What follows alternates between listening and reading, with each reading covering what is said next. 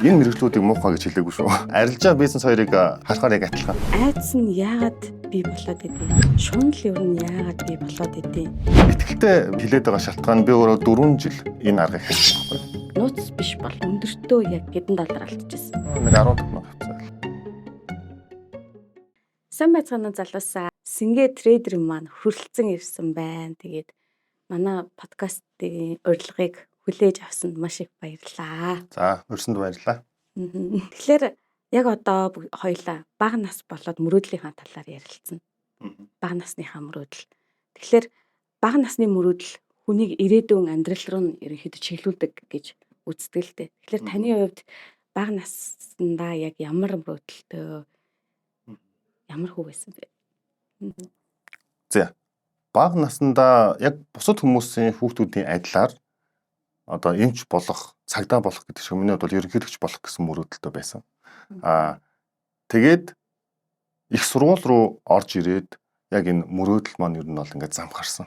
Тэгэхээр яг миний хувьд бол яг 10 жилд би яг нэг юм хайрцагт байсан гэдгийг анзаарсан. Ер нь яг нэг амар мөрөөдөл байхгүй, хамгийн гоё амьдрах, одоо сайхан амьдрах тэр зүйл нь юу вэ гэхээр багш, эмч, эсвэл тэ инженер болох, тэгээд хуульч болоод ингээд яг юм нэг яг энэ мэрэгчлүүдийг муухай гэж хэлээгүй шүү. Зүгээр яг ингээд яг хайрцаглагдсан яг бизнесийн талаар эсвэл нэг тийм арай нэг баян амьдрах талаар ч юм уу ерөөсөө нэг тийм бодол байхгүй. Зөвхөн би ажил хийнэ гэсэн бодолтой байсан. Харин их сургуульд ороод яг энэ сэтгэлгээ маань жоохон тэлж эхэлсэн. Их сургуульд орно гэдэг нь яг зүгээр юм 10 жил гэсэн нэг жижигхэн хайрцагнаас гараад нэг арай олон өөр хүмүүстэй харилцаад өөр хүмүүстэй одоо ийм яриа өрнүүлэх ч юм уу те ингээд танилцснаасаа болоод миний хараа өөрчлөгдсөн гэсэн үг. Тэгэхээр яг одоогийн таны заяа трейдерийн замналтай чинь яг энэ хүн мөрөөдөл чинь хэрд үүсэж байна. Ер нь тэгээ бага насны мөрөөдөл биелээ болт юм л доо. Яг орчноос хамаарах бах. Бага насны мөрөөдөл. За жишээлбэл би багада яг ингээд одоо ерөнхийлөгч болныг мөрөөддөг гэсэн. Ягаад гэвэл зургатаар харж байхад ерөнхийлөгч хамгийн мундаг гэсэн. Монголын босс. Тийм учраас мундаг байсан учраас би хараад за би ерөнхийлөгч болох юм байна гэж боддог. Цагдааг хараад хүүхдэд амар гоё ингээд гэмт хэрэгтэн байраад эсвэл ингээд зам дээр ингээд зогсуулангууд амар гоё харагдаад би цагдаа болно гэж мөрөөддөг. Харин одооны хүүхдүүдийн мөрөөдөл болон миний баг үеийн мөрөөдөл хоёр шал өөр. Тэгэхээр манай хүү одоо дээдлээс 2 дахь хүн хүүхэд юу ч мөрөөддөг гэхээр зүгээр баян болохыг мөрөөддөг. Манай том хүү болохоор ютубер болохыг мөрөөддөг. Одоо нөгөө яг цагдаа болмоор байна, ерөнхийлөгч болмоор байна гэсэн мөрөөдлүүд байхгүй болсон гэсэн. Тэгэхээр яг хүүхдүүдтэйгээ бид нар яг ойр байгаад одоо яг юу мөрөөдөх вэ гэдэгт нас нөлөөлөх боломжтой байгаад байна гэсэн үг. Тэгэхээр яг бага насны мөрөөдөл биелэлээ олдгоо гэж асуусан шүү дээ. Яг тэр өөрийнх нь хүсэл зорилго мөн байвал магадгүй биелж болох байх. Яг энэ зүйл дээр би нэг гоё түүх ярмаар санагдчихлаа. За би бага бахтай их мөрөөдөнтхий хүн байсан. Хөтлөгч болохыг мөрөөддөг гэсэн юм байна. Сүүлд бодоход 3 дугаар ангида болохоор яг тэр хөтлөгчийн дугууланд яваад тэгээ сертификат аваад төгсөжсэн. Тухайн үед манай аав ээж хоёр маань маш их дэмждэг байсан юм байна. За ямар нэг юм боллоо, тэмцээн явуултаан боллоо гингүүд л надад тэр мандат гэж тухайн үед авдаг байсан. Мандатны мөнгө өгөөл тэ. Тэгэл одоо энэ дугууланд явуулаад тэгээд яг 10 дугаар ангид миний мөрөөдөл солигдсон байгаа байхгүй. 7 8 дугаар ангид болохоор визээр явж байгаа хөтлөгч нарыг хараад тий. За би яг энэний оронд бийж болох юм болов уу гэдээ өөрийгөө оронд нь тавьдаг. Тэгээд түүнийхээ дараагаар юу хийдэг байсан бэ гэхээр FM-ийн хөтлөгч нарыг харчаад атаархдаг. Тэгээд нэг жоохон охин байгаа штэ. Тэгсэн хэрнээ ажил давна ч юм уу тий. Тиймэрхүү одоо зарыг харангуйтай би гүүгэд очих юм бол амиг авах юм болов ч юм уу тий. Тэгэд эргээгээд ингээд бодоход хичнээн багт байхдаа би мөрөөддөг байсан бас нэг мөрөөдөл маань яг энэ өнөөдрийн намайг подкастын нэг хөтлөгч болгоод ингээд суулгаж байгаа юм байна. Тэгтээ бүр өөр хин нэгний подкаст биш. Зулагийн подкаст. Тэгэхээр бас яг энэ бол яалтчгүй бас биелэх боломжтой бас нэг зүйл юм байна гэдгийг бас би харсан. Гэхдээ танаас би хариулт авахыг хүссэн учраас асуусан шүү за. Окей. Одоо жинхэнэ халуухан яриа. За бие сулчих. За энэ маань болохоор тийм яг арилжааны тал дээр гэсэн. Яг одоо таны мэрэгчиж байгаа энэ арилжааны тал дээр хийнэ гэсэн. За. Яг арилжаанд ороход сэтгэл зүй чухал уу? Техник, арга барил чухал уу? Энийг олон хүмүүс бас асуудаг. Ихэнх трейдерүүдтэй уулзахдаа. Зэ. Нэг үгээр хариулахад арилжаа хийхэд хамгийн чухал нь сэтгэл зүй. Ганцхан үгээр хариулж байгаа юм тий. Сэтгэл зүй. Тэгвэл тэр олон хүмүүс чи яагаад арга барил гаргаал, заагаал, техник заагаал. За хэд хоногийн дотор би энэ арилжаагаар ингэж явчихна ч юм уу ингэж бодоод идэх шүү дээ. Энэ яагаад Одоо ер нь арилжаа бизнес хоёрыг харахаар яг адилхан. За бизнес хийж байгаа хүмүүс яг 100% бүтэх санаа байдаг байхгүй. Яг санаа хачаад за яг 100% намайг баян болгох бизнес санаа юу вэ? Гэт хайсаар байгаа амьдралаа орчдөг байхгүй. Яг үүнтэй адилхан арилжаа сонирхож байгаа хүмүүс яг 100% алдахгүй стратеги хаана нэ гэж хайсаар агаад тэг хамаг амьдралаа барчих гэсэн. Окей. Тэгэхээр гол нь 100% арга барил гэж байхгүй учраас бид нар яг сэтгэл зүй дээрээ сэтгэлгээ дээрээ тулах нь одоо хамаагүй цагийг төтлөө төр хүссэн үр дүнд бид нарыг аваачна гэсэн үг. Харин тэгвэл бизнес дээр гэсэн яг нь яг ямар нэгэн бизнес санаа байвал тэр бизнес санаагаа яг хэрэгжүүлснээрээ суралцаж одоо ингэж явснараа бизнесээ өргөжүүлснээрээ тэр хүссэн гой өөрийг нь баян болгох ч юм уу та яг энэ одоо Марк Цукерберг шиг ч юм уу яг ийм гоё ийм санаа олоод тэгэл баян болмоор байна гэвэл угаасаа бүтэхгүй гэсэн үг. Тэгэхээр сая санаа олоод бүтэхгүй гэсэн тий. Тэгэхээр магадгүй одоо энэ арилжаанд хамгийн их хэрэглэгддэг үг гэдэг шүү дээ. Айдас гэдэг. Айдас ба шунал гэдэг байгаа тий. Тэгэхээр яг энэ айдас нь яагаад бий болоод идэв? Шунал ер нь яагаад бий болоод идэв? Тий.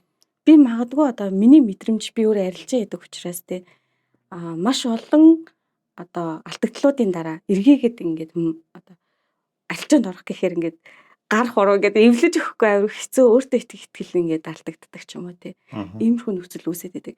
Энэ байх ёстой зүйл үү? Хүн юм чинь мэдээж бай. Айдас бол их хвчлэн хэрхэн гардгүй гэхээр миний туршлагаас харахад бол алдаад байхаар гардаг. За яг түрүүн хэлсэн шүү дээ тий.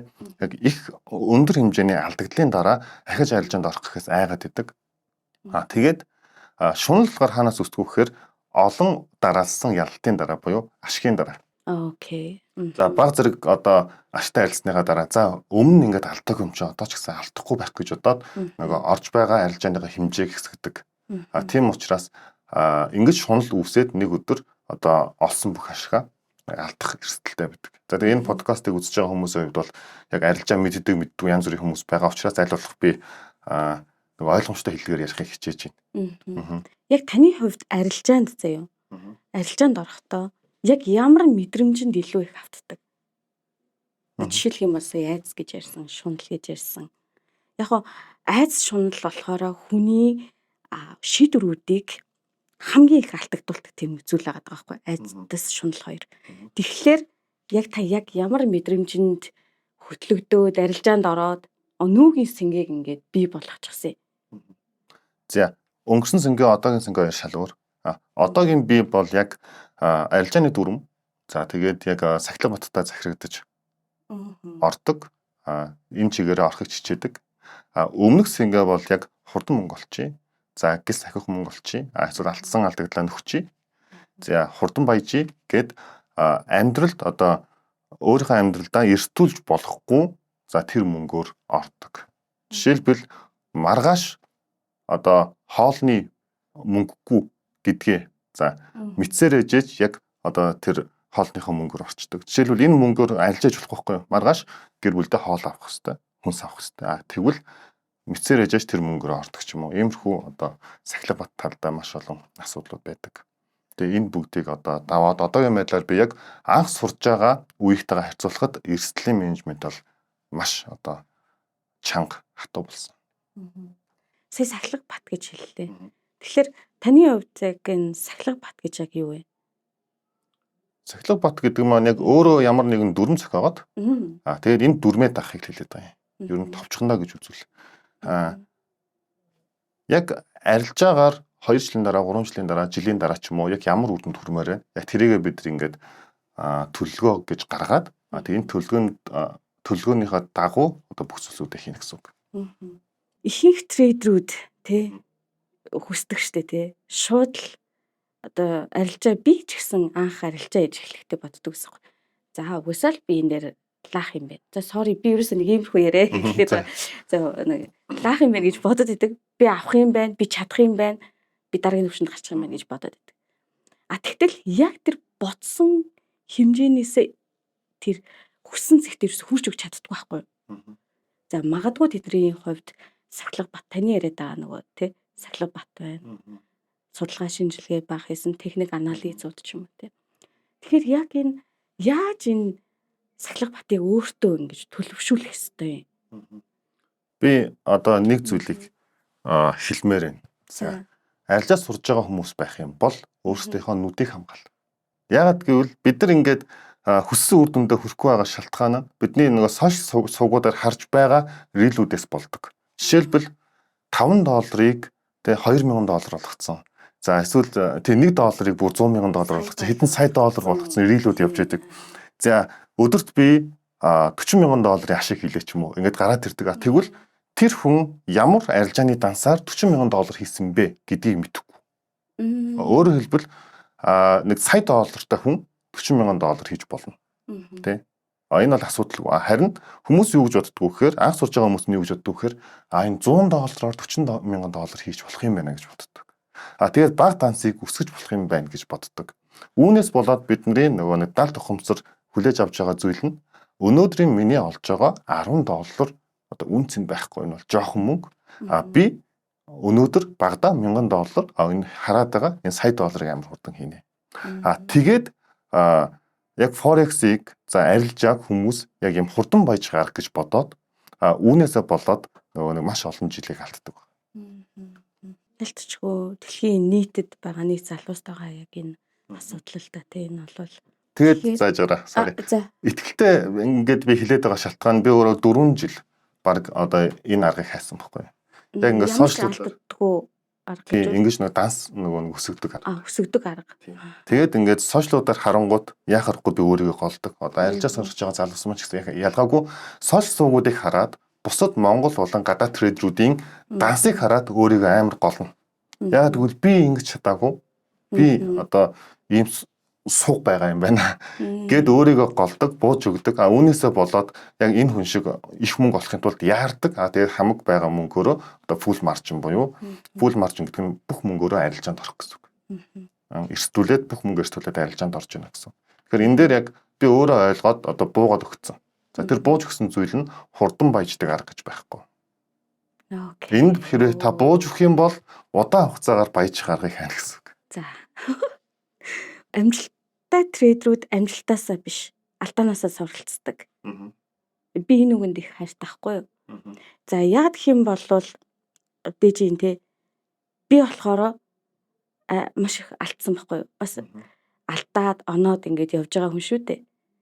Дөнгөж миний арилжааны замнал 1 жил тавьцаал явж жил гарны хугацаа л өнгөрч байна. Тэгэхээр яг уу миний яг ингэж алдаагаа шууд тэр дорн бичиж тэмдэглэдэг. Эсвэл би яг энэ дээр алдчихсан учраас илүү би өөрийгөө сайжруулах хэрэгтэй байна гэд нэг юм боддог тийм нэг юм сургамжууд байгаад байгаа байхгүй юу?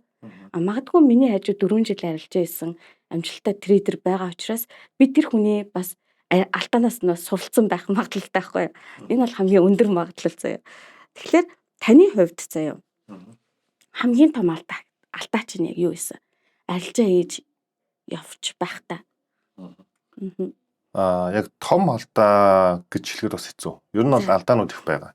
Тэгээд алдаанаас суралцсан гэдэг нь маш чухал. Өөрөөр хэлбэл алдаа гаргаагүй хүн ер нь амжилттай байна гэж байхгүй байх. Тийм учраас жишээлбэл хүмүүс ингэж ярьдаг. Хэрвээ би өнгөрсөнд очих юм бол энэ алдаагаа би залруулна гэдэг.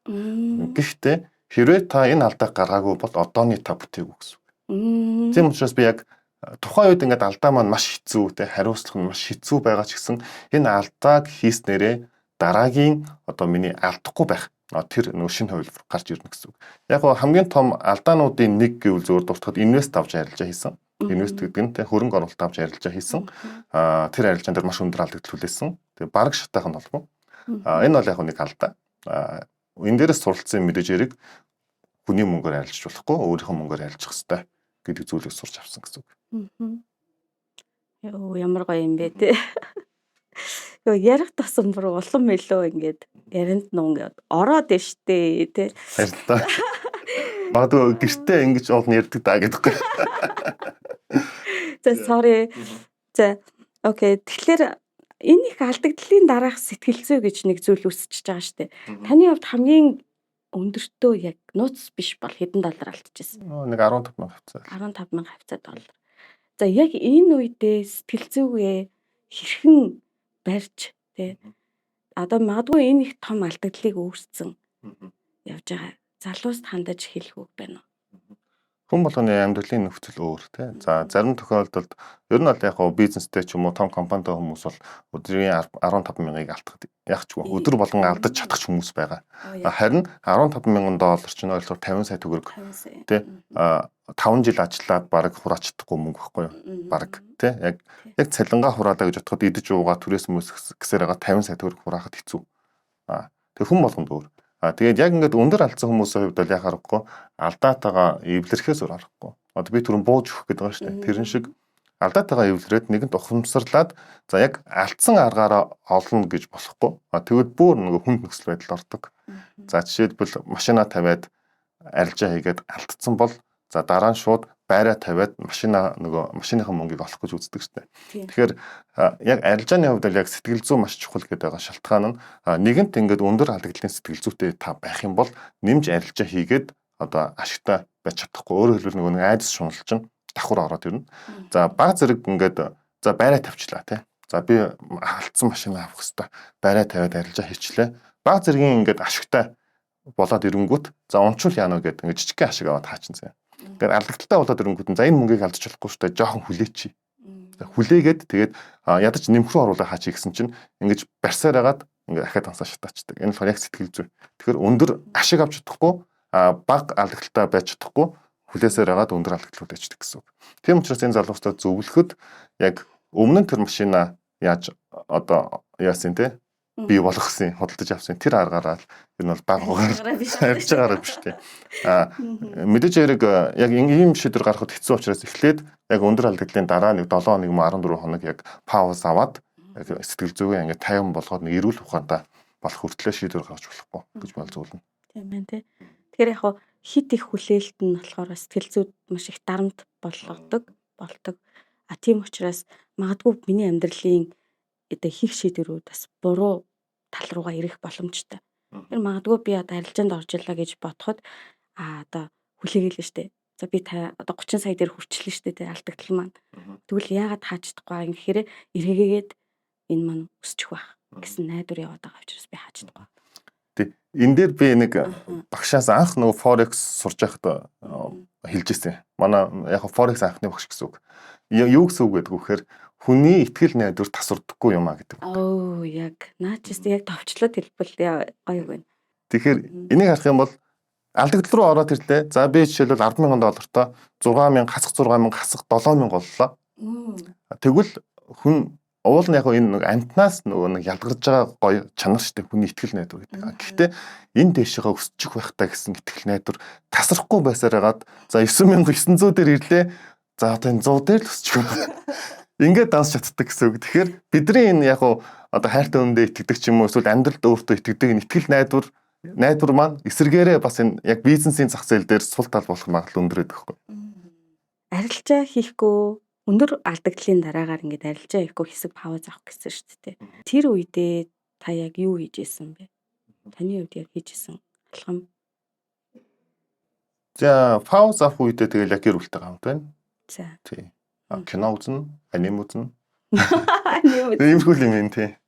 Яг нэг өндөр сэтгэл зүйн дараа одоо алдагдлын дараа гэсэн үг шүү дээ. Харин маргааш нь ч юм уу ер нь бол яг маш өндөр алдагдал авсны дараа яг хүн болгоны сэтгэл зүй нэг тайвшрах хугацаа өөр байдаг юм шиг байлаа. Миний хувьд бол багадаа нэг 7 хонжсэн баха 7 юм 10 хонжсэн яг өндөр алдагдлын дараа яг сэтгэл зүй ингээд тайван болж чадахгүй нөгөө нэг тайван болж чадахгүй гэдэг нь нөгөө алдагдлаа бодоод алдагдaltaа нөхөх сэтгэл зүй байгаа л юм гэсэн. Энэ нөхөх сэтгэл зүй юусаа байж болохгүй. Яг арилжаа хийж байгаа бол өнөөдрийн алдагдлал өнөөдрийн алдагдлыг та маргааш нөхнө гэж арилжаанд орж болохгүй. Энэ болохоор одоо том алдаа болчихно. Харин өчигдрийн өчигдөр алдсан ч гэсэн өнөөдөр зүгээр би ашиг хийнэ гэж бодох хэрэгтэй гэсэн. Өөрөөр хэлбэл өчигдөр өнөөдөр хоёроос салгана. Яг зөв. Тэгээ магадгүй би бас нэг 4 жил яг энэ арилжаа хийдэг хүний дэргэд бас байгаад энэ зүйлийг нь бас хамтдаа даван тулсан, хамтдаа нулимстай үе ч гэсэн зөндөө байсан дээ. Тэгээд яг тэр өндөр алдагдлыг бол би яг мэдэрч одоо хүртэл миний нүдэнд харагдаад байгаа байхгүй юу? Яг тэд хэд болоод хаачих вэ гэлдэг. Айгэл хаажсан. Тэр бол байсан дээ. Яг тэрний дараагаар хоёулаа нэг цэцэрлэг төрөлн рүү очиод тэнд нэг жоохон сууж исэн.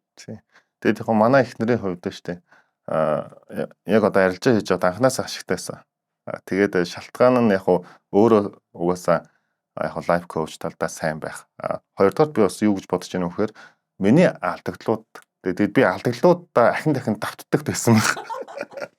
Би яг алдаануудаа амар их давтдаг. Ягаад гэвэл нөгөө итгэл найдвар шүү дээ. За энэ удаад арайч төгчихгүй л үү дээ. За өчигдөр ингээд алдсан. Өнөөдөр арайч алдчихгүй л үү дээ. Өнөөдөр арайч дансаа шатаачихгүй л үү дээ. Энэ юм ингээд яг эрчүүдэд ялгаа их байдаг баг. Тэгээд ингэж явсаар байгаад ингээд нэг алдаага бүр түм давтан зэ. Нэг алдаа давтаад ерөөсөө яана гэж байхгүй. Ахиж алдахгүй ингэж баг мэдгүй. Миний хувьд бол ингээд дахин дахин алддаг юм байхгүй. Тийм учраас бүр эндээс бүр амар ясан махантай шиг ясан байж магадгүй. Суралцсан байж магадгүй. Тэгээд одоо харахаар шууд алдагдлаа гэвэл ингээд маягаа шууд хачдаг. Тэр нь яг анзаардаг байдаг. Би болохоор ингээд одоо болтол яг өмнөх одоо сахилгаатгүй байдлуудаас хамаагүй сайжирсан ч гэсэн одоо ч гэсэн одоо энэ зүйлтэйгээ яг харахгүй үзэлцээр л байгаа гэсэн. Тэгээд хичнээн одоо арилжаачд маань за би сая доллар хийнэ гэдэг. Юу нь бол мөрөөдлүүд нь одоо арилжаа сонирхож байгаа хүмүүс арилжаанаас сая доллар хийх. Гэтэ яг үүндээ сая доллар хийгээд та яах юм? Тэ? Ганц удаа сая доллар хийгээд маргааш шатаач үл яах юм? Азар сая доллар хийж болно шүү дээ. Асуудалгүй суглаан тожхтой адилхан. За жишээлбэл сошиалууд дээр байгаа тэр баг дансыг амар өндөр болгож байгаа чинь ер нь суглаан тожж байгаатай адилхан нэг тиймэрхүү үзэгдлүүд. Тэгээд ганц удаа суглаан тожлоо гэдээ яах юм те. Яг бидний хувьд бол нөгөө тогтвортой байдал амар чухал. Тэгэхээр нэг удаа сая доллар хийлээгээд маргааш нь шатаачих сэтгэл зүйтэй бол сая доллар хийгээг өндөр байхгүй. За миний хувьд яагаад шууд хааж чаддаг вэ гэхээр амьд жишээ, бодит жишээ хайжууд байгаад байгаа. Эндээс би суралцсан гэсэн. Тийм. Угсаа ялтчгүй би суралцсан. Гэхдээ бас залуусын нэг ойлгох зүйл нь болохоор хэдийгээр би өнөөдөр $500 шатаах. Одоо би $1000 байж байгаад миний дансны алдагдал нэг $800 ч юм уу хүрчлээ гэж бодоход тэгээ эргээгээд тэр нөгөө ихтгэл найдвар алдагддггүй гэд итгээд яваад ах биш. Харин түүнийгээ шууд хаачих юм болвол маргааш дахиад үлдсэн тэр $200 дээр босох боломж байгаа шүү дээ. Ерөөсөө хүмүүс яг нэг маркет ерөөсөө тий одоо энэ л би авах ёстой гэсэн хандлагаар ингээд шунаад байдаг. Тэгэхгүйгээр дараагийн боломж байгаа гэдэгт бол итгэх хэрэгтэй. Энд дээр бас би хэлмээр байна. Тэгэхээр надаас бас хүмүүс асуусан. Одоо тий арилжаа бизнес юм уу? Эсвэл бет юм уу? Бет гэдэг маань тий бооцоо буюу мөрийн тоглоом юм уу гэж асуугаад. За үүнийг юу гэж бодож? Яг хоёр талтай.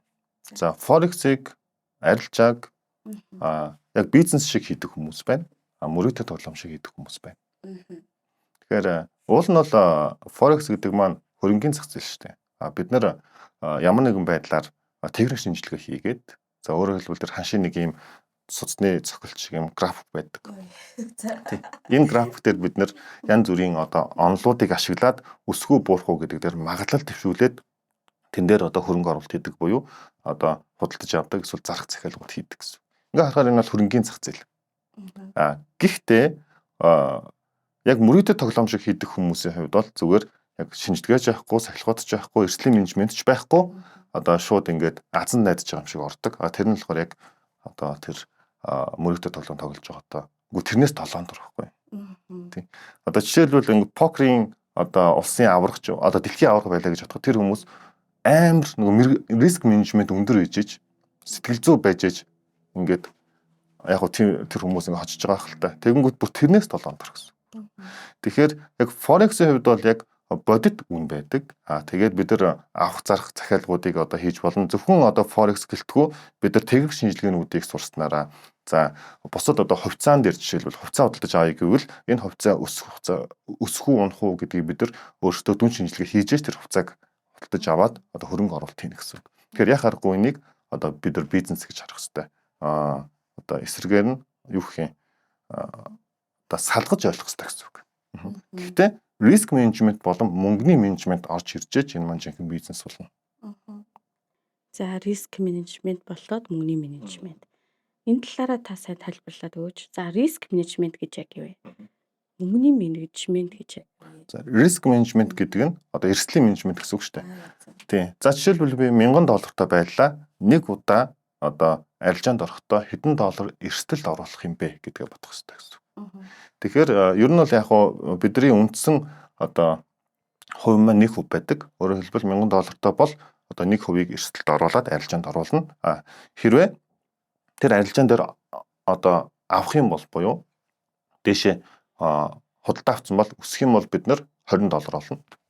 Уул $10 алдагдлаа хүлээгээд арилжаанаас гарна гэсэн үг. Ингэснээр бид нэр яг ахад 100 удаа арилжаанд орох боломж үүсэж байгаа. Тэгэхээр 100 удаа арилжаанд ороход яг ингээд сарамгчин ингээд нүдэн анжаад buy sell гэдэг товч дарсан ч гэсэн нөгөө нэг тэр $1000 нь дуусах магадлал амар бага гэсэн үг.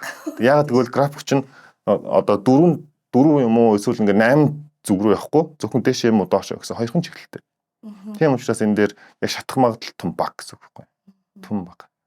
Тийм. Энийг болохоор риск менежмент гэдэг. Хүмүүс болохоор риск менежментийг зөрчин гэхээр яадаг вэ гэхээр нэг арилжаанд $100 эсвэл одоо $500 оруулчих гэсэн үг. Тэгэхээр үндсэн хөрөнгө чинь $1000 байхад нэг 2-3 арилжааны дараа юуч болчихдог гэсэн үг. Зөв. Мөнгөний менежмент дээр ярьсан уу тий сая? За, сая риск гэсэн. За, мөнгөний менежмент гэдэг маань яг арилжаанд оруулж байгаа тэр мөнгө чинь яг таны амьдралын хэдэн хувийг таны амьдралд эргэлдүүлж байгаа мөнгөний чинь хэдэн хувийг гэсэн үг. Жишээлбэл би маргаашийнхаа одоо машины лизинг, байрны түрээс өөр юу гэдэг те хүүхдийн сургалтын төлбөр хоолныхоо мөнгийг бүгдийг нь ингээд авангуудаа арилжааныхаа данс руу оруулах уу? Эсвэл илүүд буюу нэг амьдралд нөлөөлөхгүй мөнгөө арилжааны данс руу оруулах уу гэдэг нь амар чухал. Үүнээс хамаарат бидний нөгөө нэг цахилгаан бат гэдэг чинь үүнтэй яригдана. За тэгээд хэрвээ яг алдсан ч гэсэн амьдралд нөлөөлөхгүй мөнгөө оруулсан байх юм бол та яг эрүүл ухаанаар сэтгэл хөдлөлд автахгүй, айц шуналд автахгүйгээр яг юм одоо сахилга баттайгаар арилжаагаа хийх боломжтой болж байгаа. Тэгэхээр бас дээрэс нь дансны хоолтууд байна л да. Тэгээд яг нэг нь одоо мөнгөний менежмент дээр шүү дээ. Нэг нь яг day арилжаа хийдэг данс. За эсвэл scalp арилжаа хийдэг данс, swing арилжаа хийдэг данс, эсвэл мэдээгээр одоо маржин шахдаг данс ч юм уу. Эдгээр бүгдээрээ мөнгөний менежмент орж байгаа гэсэн үг. За танаас гээд сургалтууд их асуудаг шүү дээ тий. Тэрэн дээрээ та энийг бүр яг ингэ дэлгэрэнгүй заадгүй. Одоо мөнгөний менежмент, эрсдлийн менежмент, за дээрэс нь өөрийн арга барилаа зохиох гэл төрөл бүрийн одоо зүйлс байгаа. Байгаа юу. За окей. Анх сурж байгаа хүмүүс маань бас ингэ трейдертэй минь холбогдорой. За окей. Тэгэхээр мэдээж одоо сайн амжилттай трейдер болохын тулд арга барил чухал. За тэгж сэтгэл зүй чухал гэж байна. Тэгэхээр яг уу гэхээр яг өөрийнхөө яг энэ майндсет сэтгэлгээ хувь хүний хөгжил гэж яригдж байгаа энэ талбар дээр хэрхэн өөртөө хөрөнгө оруулалт хийдэг вэ? Ер нь хөрөнгө оруулалт одоо хийхийг хичээдэг. Тэгээд номнод худалдаж авна, гадна дотны сургалтуудыг авна. Тэгж ер нь бол явж байгаа. Яг одоо амьдралд янз бүрийн одоо левелүүд байгаа. Левелүүд нь төвшингүүд байгаа гэсэн үг тийм. Тэгэхээр дараагийн төвшин рүү ахих гэхэд бидний хувьд бол дараагийн төвшний мэдлэг хэрэгтэй, дараагийн төвшний одоо чи хэрэгтэй.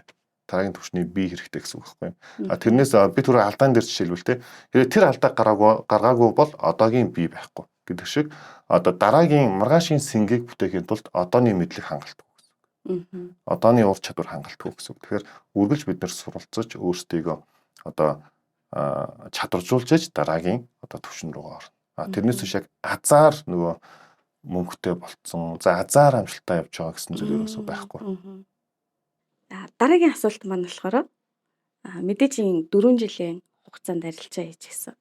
Тэгэхээр тодорхой хэмжээний арилжаанд орохынхоо өмнөх сэтгэл зүйгээ бол бэлдээд сурчсан гэж би хувьдаа бодож байна. Тэгэхээр яг ямар бэлтгэл ажлууд явагддгийг арилжаанд орохын өмнө сэтгэл зүйгөө яаж барьдаг вэ? Юу ч боддоггүй шүү дээ. Гэтэ ийм төвшөнд хүрэхэд дуднаа гэдэг байхгүй тий. Нэрээ яг нэг амар юм бодох шаардлага байхгүй. Гэхдээ мэдээж хэрэг бид нар арилжааны дүрм гэж байдаг. Тэгээ энэ дүрм буюу өөрөөр хэлбэл за дүрмүүд амар их байна. Жишээлбэл түрүү хэлсэн мөнгөний менежмент, эрсдлийн менежментэд тооцоолж байгаа юм. За мөн дээрээс нь яг confirmation entry буюу нөхцөл биелсэн арилжаа руу одоо арилжаа руугаа бид нар орох хэрэгтэй. Тэгээ яг нүдэнд харагдаад окей бүхэн бүрдчихлээ гэл ингээл дарчихна гэсэн үг. Тэгэхээр зүгээр шууд ордог гардаг л гэсэн үг. Нэг юм бодоод л ингээл яг дайнд явж байгаа юм шиг ингээд зэвсэглээл. Ер нь ийм байхгүй гэсэн үг. Гэхдээ ийм болоод нэг өдөр тутамдаа ядрахгүйгээр өдөр тутамдаа юу ч бодохгүйгээр ингээд гартаа оруулах гэдэг нь маш чухал гэсэн үг. Өөрөөр хэлбэл тий. Тэр хүртэл та гартаа оруулах гэдэг байгаа шүү дээ. Гартаа оруулах хүртлээр та юу хийдэг байсан? Тэгэл арилж байгаа тийм шүү дээ. Өө шийдэлгээ мэдлэгийг хийдээстэй. Тий, түрүү яг миний хэлснээр 3 зүйлээсэн шүү дээ. Тэгээ мөнгөний менежмент, эрсдлийн менежмент, тэгээ арилжааны нөхцөл буюу confirmation entry. Тий. За. Ерөнхийдөө энийг л бэлтгэсэн байхад л арилжаанд ороход бол асуудалгүй гэж ойлгож болох юм уу? Энийг ингээд эхлээд бол яг шууд бодохгүй орж чадахгүй шүү дээ. Ингээд бүх юмаа тооцоолно, харна, тий ингээд. Одоо л тий би бол шинэко болохоор тасралтгүй зурна. Тэгээ ерөнхийдөө бол тэгэнгүүт шууд за одохгүй орох баха би бол яг тийх баха. Тэгээд ингээд зураад тэгээд арилжаанд орно шүү дээ. Гэхдээ нөгөө арилжаачны мэдрэмж гэж байдیں۔ Заяа. Тэгээд арилжаачны мэдрэмж гэдэг нь хүмүүс болохоор яг ийм одоо хийсвэр зүйл шиг одоо зөв бэлэг шиг бодоод байгаа байхгүй. Арилжаачны мэдрэмж суусна уу гэд хүмүүсээс асуухаар яг юу гэдэг ингээд шинэ нөгөө хийж байгаа хүмүүс. Тэр нэг арилжаачны мэдрэмж гэдэг чинь юу вэ гэхээр яг ийм чарта хараад өөрөө зураг зурхгүйгээр яг нөгөө нэг яг энэ дотор нь тэгээ тархин дотор нь шууд автоматар зураг зурцсан юм шиг яг одоо орох нөхцөл бүрдсэн гэдэг нь автоматар мэдрэгчдэг байхгүй хараа одоо орох юм байна гэд энийг болохоор яг анх харж байгаа хүмүүс энэ туршлагатай гэж байдаг арилжаач чинь тэгээ зураг зурхгүй ингээд шууд уцаараа орчт юм байлээ штэ энэ төргээд яриад идэг яг үнэндээ нөгөө тархин дотроо бүх юм болцсон гэсэн ингээд хараад дан гэл шууд орчдөг одоо автомат сигнал шиг л гэсэн юм тийм болдог. За удахгүй бүгдээ тийм болно. Тэгэхэд ер нь багада тэгээ жилээс 2 жил орно шүү. Ягаад гэвэл би нөгөө баг хэлж байгаа шалтгаан нь одоо мэдээлэл амар их болсон. За миний анх Forex сурж байхад мэдээлэл том баг байсан байхгүй яг зах зээлийн шинжилгээ. Бүр тэр үед mindset ч гэж ярьдаггүй байлаа. Зөвхөн одоо арилжааны сэтгэл зүй гэдэг дээр нэг risk management тэр талдаа нэг юм ярьдаг. Ерөөсөө бизнестэй ойсон ч юм байхгүй мэдээлэл том баг байсан. Одоо болохоор яг хүмүүс хүссэн одоо мэдээллүүдээс сошиалаас аваад яг нэг арилжаа хийж байгаа гэхээр жишээлбэл миний одоо 5 дахь жил рүү гарч байгаа тий 4 жил бараг 5 жил болох чинь 12 сард 5 жилийн одоо мэдлэгийг ер нь 3-4 сарын дотор авчин заяа. Тэгэнгүүтээ яг арилжаачны мэдрэмж суух гэдэг зүйл чинь таны өдөрт хэдэн цаг арилжаа одоо цаг зарцуулж байгаагаас хамаарат тэр хугацаанд яг нэг жилээс 2 жилийн хугацаанд одооний одоо яг миний төвшний тэм трейдер болчих боломжтой. Тэрнээс биш яг одоо бүр тийм тэ 6 жил 8 жилтэй заавал ингэ сураад байхаалгүй. Хөрөнгийн зах зээлийг тэ зөвхөн мөнгөн дүнгээр ингээд хэмжих юм бол угаасаа өрөөсгөл амжилт гэдэг зүйлийг тэ. Тэгэхээр яг энэ жинхэнэ амжилт гэдэг чинь өөрөө тэр доктортой байдал байнгын хийж байсан, сахиж байсан тэр дадал зуршил сахилга бат гэж яригддаг. Тэгэхээр яг өөрийгөө та одоогийн байгаа сэнгээ өөрийгөө хэр амжилттай трейдер бэ гэж бодож байна.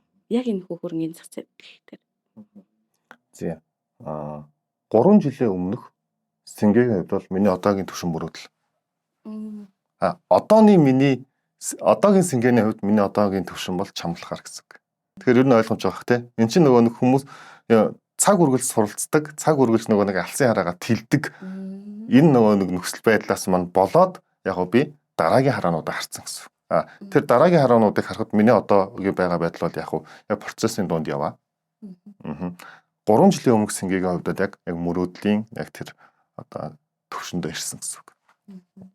Тэгээ ягаад гэвэл нэг сарын орлогын жишээ ч юм уу те. Сарын орлого би 3 жилийн өмнө жишээлбэл одооны олж байгаа сарын орлого бол бараг итгэхгүй хэмжээнд байхгүй юу?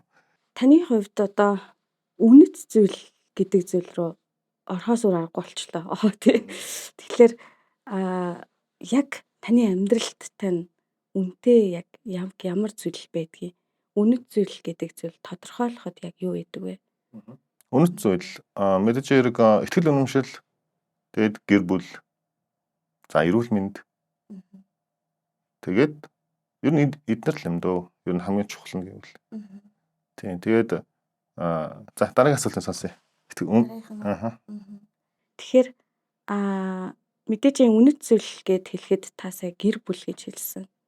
Эндээс онцлоод харах юм бол сингээ трейдер нэг юм дээр амжилттай явж байгаа трейдер. Харин гэр бүлийнхаа хувьд өөрийнхөө хувьд дүгнэж хэлэхэд хэр амжилттай үлгэр жишээ үзүүлж байгаа. Эсвэл ээжийн хүү гэдэг утгаар ч юм уу те. Энэ зүйл дээр яг ямар хандлагатай явж байгаа вэ? Ер нь яг гэр бүлдээ нөлөөлж байгаа ч юм уу, гэр бүлдээ үр хүүхдүүдтэй үзүүлж байгаа одоо нөлөөллийн хувьд бол яг чатгаараа хичээж байгаа. Гэхдээ яг намайг дүгнэх нь тэр хүмүүс дүгнэх байх. Миний хувьд бол яг өмнө нь бол яг гэр бүлч гэж юу юм те мэдэхгүй байж байгаа л яг одоо яг ийм гэр бүлийг бүтээе. Одоо инги тгий хүүгүүдээ ингэж хүмүүжүүлье гэд одоо энэ бүцүүлсийг ингэж гаргаж одоо бүтээж байгаа гэсэн үг. Тий. Тэгэхээр яг одоогийн миний нөхцөлд бол сэтгэл хангалуун байдаг. Тэгээд ирээдүйд миний хувьд төлөвлөсөн зүйлс маш их байгаа. Гэр бүл дээр. Та 4 хүүхэдтэй тий. 4 хүүхэдтэй. Тий. Яг подкаст битгарыг мэдхгүй хүмүүс бол мэдхгүй байх л та. Тий. Мэдхгүй чигээрээ дасгач тий. Тэгээд дараа нь комент хэсгээс асуугаарай. Энэ хоёр яагаад ингэж байгаа юм гэдэг. За. Тэгэхээр эцэг их байх гэдэг чинь өөрөө маш том хариуцлага. Тэгэхээр эцгийн хувьд үр хүүхдүүдтэй яг ямар хандлага, характер, за ямар үлгэр дуурайлыг үзүүлж амьдрахыг хүсдэг вэ? Ер нь миний яг хүүгүүдээ өсгөх одоо энэ алсын хараа ч юм уу зорилго ч юм ер нь л эрх хүн шиг эрх хүн байх хэрэгтэй гэдэг зүйлийг тавьдаг. Өөрөөр хэлбэл яг эрэгтэй хүн гэр бүлийн тэргүүн. За бүх алсын хараа, за зорилго, мөрөөдөл юу гэдэг тэр бүх зүйл одоо гэр бүлүүд хамтаа гаргадаг ч гэсэн эрх хүн ер нь бол амьдралаа одоо авч явах хэрэгтэй гэдэг одоо ийм одоо философи гэх юм уу те байгаа миний хувьд. Тэгэхээр яг энэ тал дээр нь яг эрэгтэй хүн гэдэг талаараа одоо хүүгүүдээ хүмүүжүүлэхийг одоо хичээдэг. Тэгээд насандаа мэдээж одоо манай хүүгүүд бол юу байгаа? Бага настай байгаа, жоохон байгаа. Тэгээд насанд нь тохирсон хариуцлагуудыг өгөөд явнаа гэж бодож байгаа. За эрт дээр үед за монголчуудын хувьд яг 13 насыг 90 цент хүрлэе гэж үзээд тэгээд тодорхой хэмжээний хариуцлагуудыг өгдөг байсан юм байна л да. Жишээлбэл одоо Монголын нуус товчоон дээр хүртэл одоо 13 наснда Тэмүүжийн одоо жамуухтай тий андын тангараг одоо өгөлцөөд дээрээс нь 9 настайдаа сүү тавиад ч юм уу тий ингээд бүр ингээд багаас нь манай монголчууд үр хүүхдүүдээ ингэж бэлддэг. Тэгээд 15-аас одоо 17 наснда жишээлбэл яг ингээд бие дагаад тий морио онаад тий адуундаа яваад ан хийгээ сурцсан 20 наснда гэхэд өөрт тусгаар одоо ингээд болоход яг нөгөө бүрдсэн тийм нэг чадварлаг монгол тий ирчүүдийг ингэж бэлтгэдэг байсан байх гэж юу нь судалсан. Тэгэхээр яг үүнийг хараад бидний хувьд орчин үед ялангуяа яг ингээд сошиал ярд суугаад хүүхдүүд нь эцэгтэйгээ ч юм ярьдаггүй те ингээд уцаа авах байж идэг. Энийг бол би дэмжидэггүй. Тэгээд энэ зун манай гэр бүлийн хувьд хийсэн бас нэг чухал зүйл нь загсчлал байгаа. За хүүгүүдтэй загс барихыг зааж өгсөн.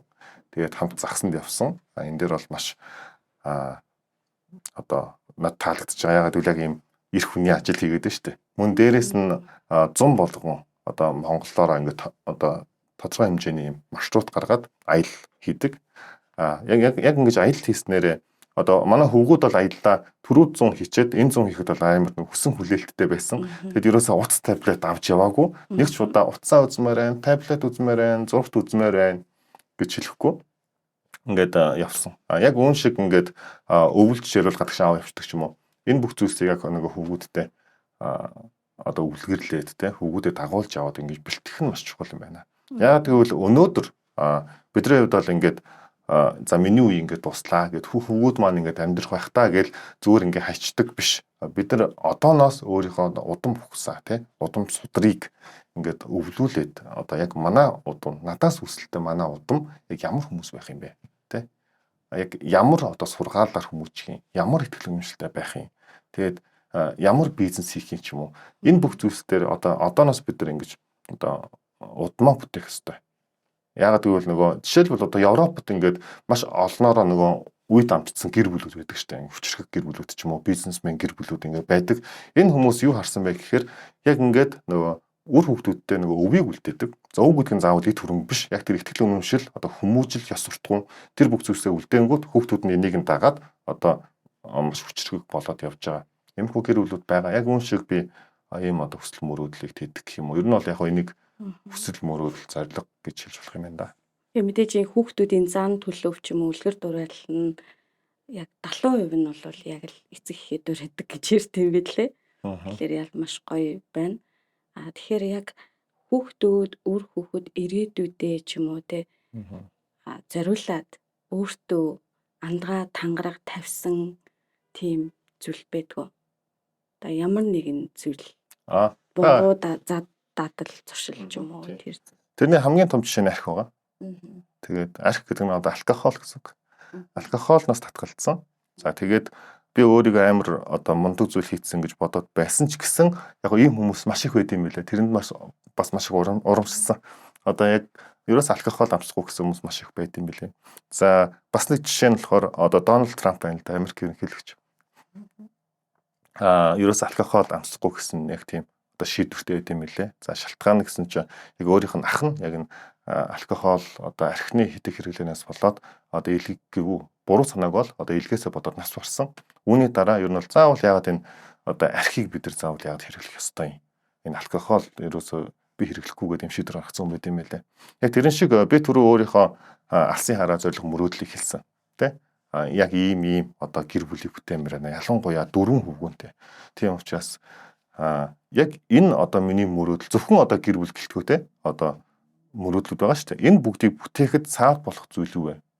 Тэ? Надад ямар ч ашиггүй зүйл юу вэ? Тэгээ гэр бүлдээ зөв үлгэр дуурайл болоход юу хэрэгтэй вэ? Мэдээж алкогол.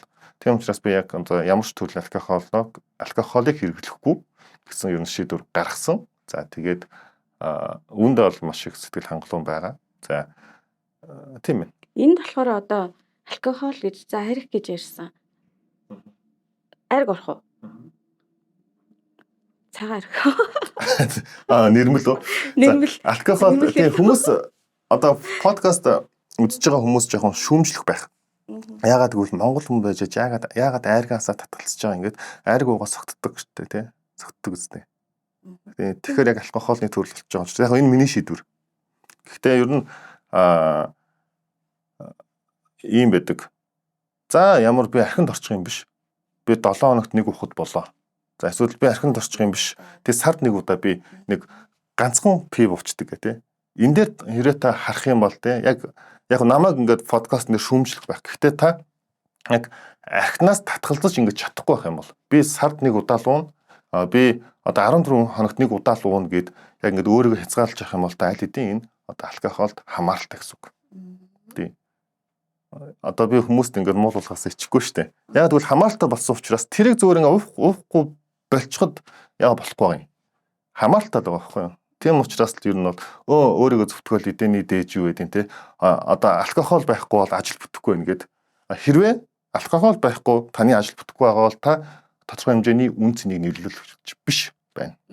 Тийм учраас заавал тэр хүнээ ингэж арх уулгаж те ингээд найзууд болоолцтой. Яг арх ус үед бол бүх ажил бүтдэг ч те. Гэхдээ архины хамтрал удадгүй байхгүй. За өчтөр яахаж тэр өнд ингэж хэлвэ те. Яахаж гар хэсэг зурваа. Тэгээ утахгүй энэ архины хамтрал байхгүй болчихно. Тийм учраас яг одооноос бидний хувьд жоохон нөгөө эрүүл ухаантай ялангуяа залуучууд маань байгаасаа гэж хүсдэг. Тэгээд хин нэгэн шахуулаад ингээд өөрөө өсөхгүй байсан ч гэсэн арх хүн гэвэл яг эр хүний хувьд бол сул доройгийн шинж байгаад байна. Тийм учраас зөвөр хүмүүсийн өн би арх удаггүй гэд хэлж чадахгүй нэг тийм тий бусад хүмүүс намайг юу гэж бодох болоо гэсэн бодолтой энэ хүмүүс намайг одоо cancel хийчихвэл яана гэсэн бодлоосоо болоод одоо уучдаг ч тийм. Иймэрхүү зүйлс. Тэгэхээр яг сэтгэл зүйн хувьд ч юм уу, итгэл үнэмшлийн хувьд жоохон сул дорой байгаа юм шинж. Гэхдээ энийг буруутгахгүй яг өөр өөрсдийнхөө хувьд одоо шийдвэрүүдээ гаргах хэрэгтэй л гэсэн үг. Тийм учраас миний хувьд ерөөсөө энэ ач холбогдол зүйл байна. Тэгвэл алкогольны зохистой хэрэглээ гэж байд юм уу? Алкогольны зохистой хэрэглээ гэвэл үнэхээр шинжлэх ухаанаар батлагдаад за жишээлбэл та одоо ийм заавал одоо энэ одоо юу гэдгийг те дарс их ч юм уу те. Гэтэ баг дарсч биш л хаа. Ер нь спиртийн агуулмжтай одоо ийм тариа ч юм уу тан энэ төр байвал яг хэрэглэж болох байх л да. Миний хувьд бол зохистой хэрэглээ нь бол тэр л гэж бодож байна. Яг миний хувьд ч тийм. Яг бус хүмүүсийн хувьд бол яг зохистой хэрэглээ нь 14 хоногт нэг тест сард нэг удаа эсвэл яг он гарахад гоё ингээд тулгадаг ч юм уу тийм ингэж бодох байх. Тэгээ миний хувьд бол яг зохистой хэрэглээ нь баг эрүүл мэндийн талдаа үнэхээр шаардлагатай бол хэрэглэх байх. Тэгээд яг монголчуудын хувьд бол яг зохистой хэрэглээ гэдэг тал дээр нэг гоё үг гэдэг байхгүй. 40 хүрээд дөнгөж амс. 50 хүрээд 50 жуу. 60 хүрээд жаргаж амс. Яагаад энэ үг байдгүй гэхээр заавал нөгөө нас цаасан шалтгаан нь юу вэ гэхээр тухайн хүний Монгол эрхтэй хүний нийгэмд эзэлж байгаа одоо байр сууриас хамаарч байгаа гэсэн. Өөрөөр хэлбэл та 40 хүртлээ одоо үхтлээ одоо хөдөлмөрлөнө. Өөрөөр хэлбэл 40 хүртлээ чи байлдана, тий? 40 хүртлээ чи одоо орон гэрээ одоо төвхнүүлнэ. За өөрийнхөө одоо орчин үеэр бол нөгөө карьераа үүсгэнэ. Ингээд карьер үүсгэж яг 40 хүрээд нэлээд одоо ингээд аавын бор суугаад. За 40 хүрвэл баг өвөө болох уу тий? Ийм тохиолдолд яг ингээд сархтыг чи ингээд дөнгөж амсч болно. Ягаад гэвэл ер нь бол чи гол нөгөө нэг хийж бүтээх насаа хийгээд одоо гол нөгөө амьдралынхаа одоо үр хөвгүүдээ өвлүүлэх тэр өвөө үлдээх ч юм уу тэр суурийг тавьсан. За 50 хүрээд 50 жуу гэдэг нь мэдээж хэрэг өөрөөр хэлбэл ингээд нас ахиж байгаагийн шинж байхгүй юу? Өөрөөр хэлбэл нийгэмд эзэлж байгаа, гэр бүл дээрээ эзэлж байгаа тэр үүрэг хариуцлага чинь арай бага болоод ийм учраас энэ сархтыг 60 хүрээд яг уу тэтгэвртэй гарна. Бизнестэй хүмүүс одоо хүүхдүүдэд бизнесээ өвлүүлнэ. Тийм учраас яг уу сархад ууж болно. Яагаад ингэж хэлж ийм вэ гэхээр сархат нь өөрөө маш аюултай.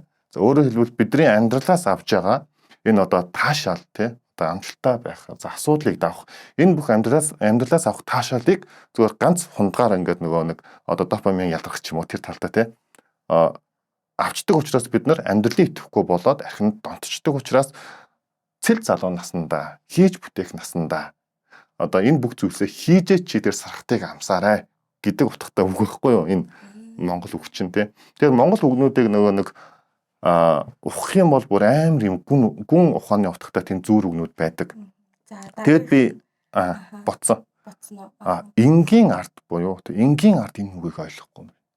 Магадгүй одоо хаан, хаад эсвэл ноёдууд, жанжид өөрсдийнхөө одоо үр хүүхдүүдэд энэ үгийг одоо зааж магадгүй өвлүүлсэн биш магадгүй гэж бодсон.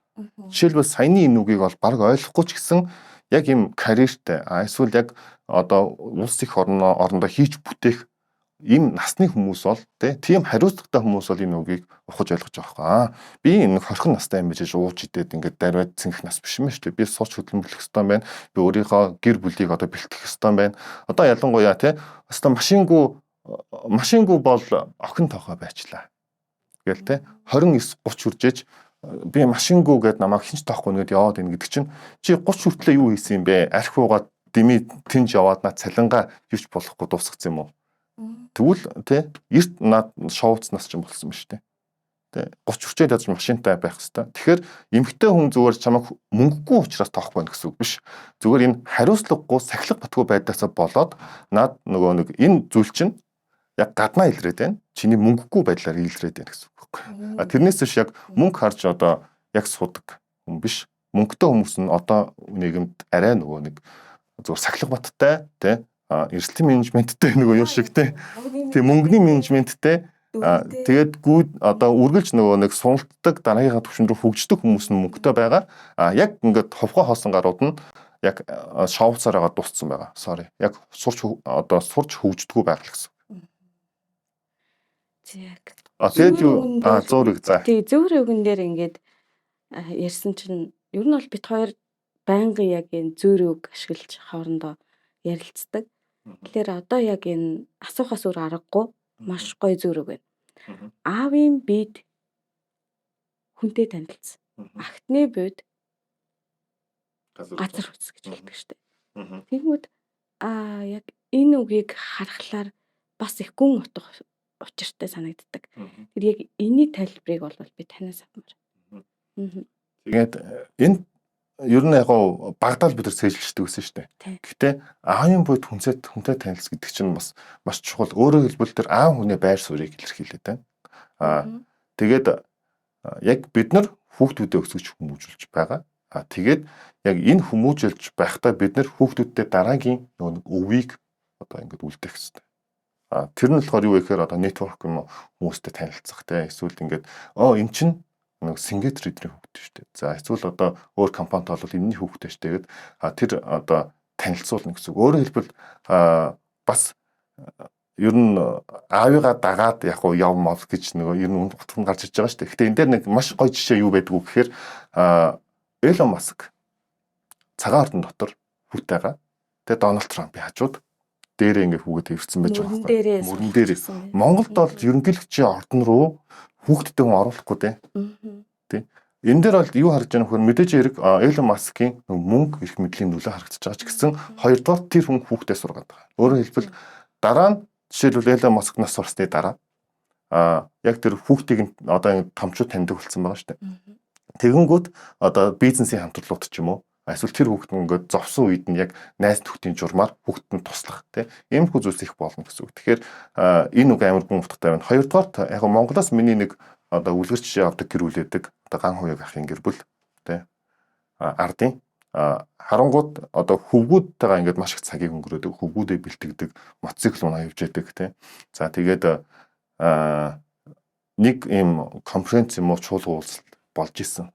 Тэрэнд болохоор Монгол Улсын ерөнхий сайд ирсэн байна. Банкны том захирлууд байгаа юм. Тэгээд ган хуйгаа өөрөө урдаа сууж байгаа. Хажууд нь нэг 10 хүрээгүй настай хүн сууж байгаа.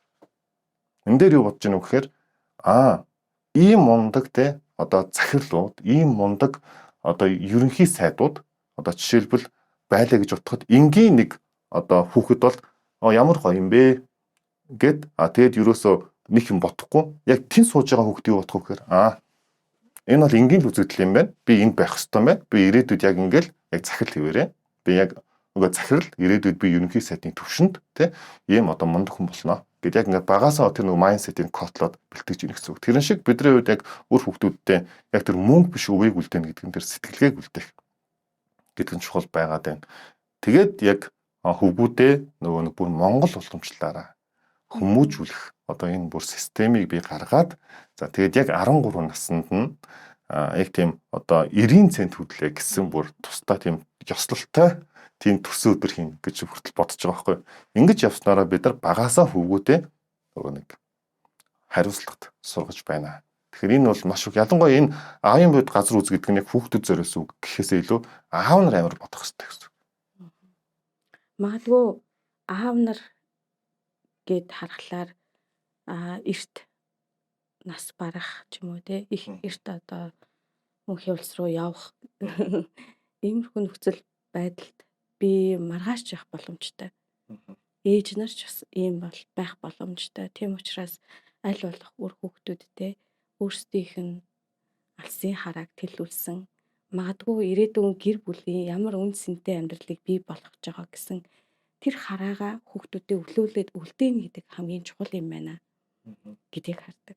Тэгээд магадгүй энэ нэг шар устай эмэгтэй нөхөртөөгөө хамтдаа суучаал ингээл тэг нэг их мэдл булаацалтааж байгаа юм шиг тий эсвэл нэг хүмүүс амир буруугаар харж магадгүй. Гэхдээ эмэгтэй хүн давхар ийм өнгөлөг сайн тий сайхан явж байгаагийн илэрлэл нь эр нөхөр нь байдаг. Амжилттай явж байгаагийн ард миний эр нөхөр байдаг. Эр нөхрийн ард амжилттай яваагийн ард би байдаг. Энэ байгаа харилцаа, хандлага, үйлдэл тэр бүхэн маань өөр хүүхдэд маань өвлүүлэгдэж байгаа. Ялангуяа аав нь ээжийг нь үнсгэд хүүхдүүдийг харц ямар гоё аз жаргалтай болдог лээ. Тэгэхээр ирээдүгөө бит хоёрын хувьд бол маш сайн харсан тий. Өвийг үлдээж ялангуяа залуу гэр бүлүүд маань бас эр нөхөртөө хүндлэлтэй, эхнэртэй хайртай үр хүүхдүүдтэй халамжтай сайн ээж аав нар, хариуцлагатай ээж аав нар болоосой гэж бас хүсэж байна. Мөн дээрээс нь танд ч гэсэн Сингээ трейдертэй мөн нөхөртөө маш их баярлалаа. Тэгээ зулаа подкастт маань хүрэлцэн ирээд үнэтэй цагаа бас хуваалцсанд маш их баярлалаа. За тэгээ урьсанд баярлалаа. Ер нь цаашдаа олон дугаар хийгдэх байх. Тэгээд бүх дугааруудад нь бас амжилт хүсье. За баярлалаа.